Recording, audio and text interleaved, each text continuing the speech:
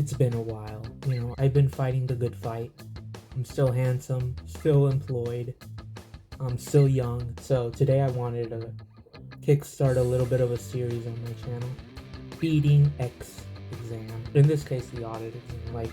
Now this won't be comprehensive. I will never replace Becker. Peter Olento may have left, but I am not filling in his shoes. What is the audit exam? First of all, a lot of people go into this exam, they start studying Becker. I'm not even done with chapter 1, and I'm so confused. You need to realize that specifically with Becker, the first section of the audit program, it's like an overview, and then each subsequent chapter goes into depth about the stuff you saw in chapter 1. So it's okay if nothing sticks in chapter 1. So I kind of debated. So originally this format was going to be like me in front of a wall, softbox light on, ambient LED lights. But then I saw this video of this one college professor loses his mind. This professor was giving a PowerPoint lecture, right? Midway through, he just goes on a rant about his neighbors. I instantly knew, this is the creative direction I have to go with this. I have to do it this way. And so, first, let's answer, what does an auditor even do?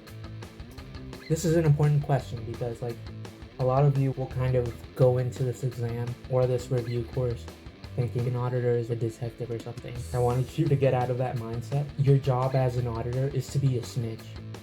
The sooner you realize that, it'll all make sense. It'll all make sense. Trust me, I took this exam 3 times. Me and that exam have a history. If I had a Wikipedia page, it would have a sentence on my Wikipedia page. I'm just saying. Your job is to be a snitch. If something comes up, you're not playing policeman and ratting them out. You have to work with management.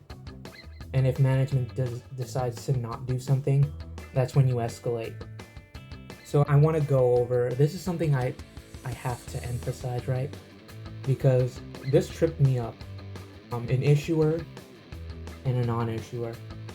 So non-issuer financial statement audits, you are not required to audit internal control. And the standards by which you're auditing are generally accepted auditing standards. And then with an issuer audit, that's when you follow PCAOB standards, you have to audit internal controls. So when you think of SOC reports, the SOX stands for Sarbanes-Oxley compliance. And something you gotta note about internal controls, weak internal controls does not mean they have an adverse opinion. Sometimes you can have no controls and there could be nothing afoot, right? Things could be perfectly fine. Things could be peachy. So with the opinions, there's basically 4 types of opinions. Unmodified, which means everything is fine. You are innocent until proven guilty. When it's an issuer, you'll see the word unqualified, which basically means the same thing.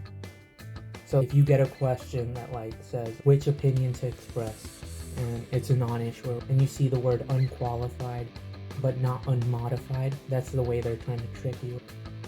So unmodified opinions, right? Everything's fine. If there's an error, if there's a misstatement, and it's not material, it's still an unmodified opinion because they can fix it. Because management can fix whatever problem is. As long as management acknowledges and fixes it, everything should be fine.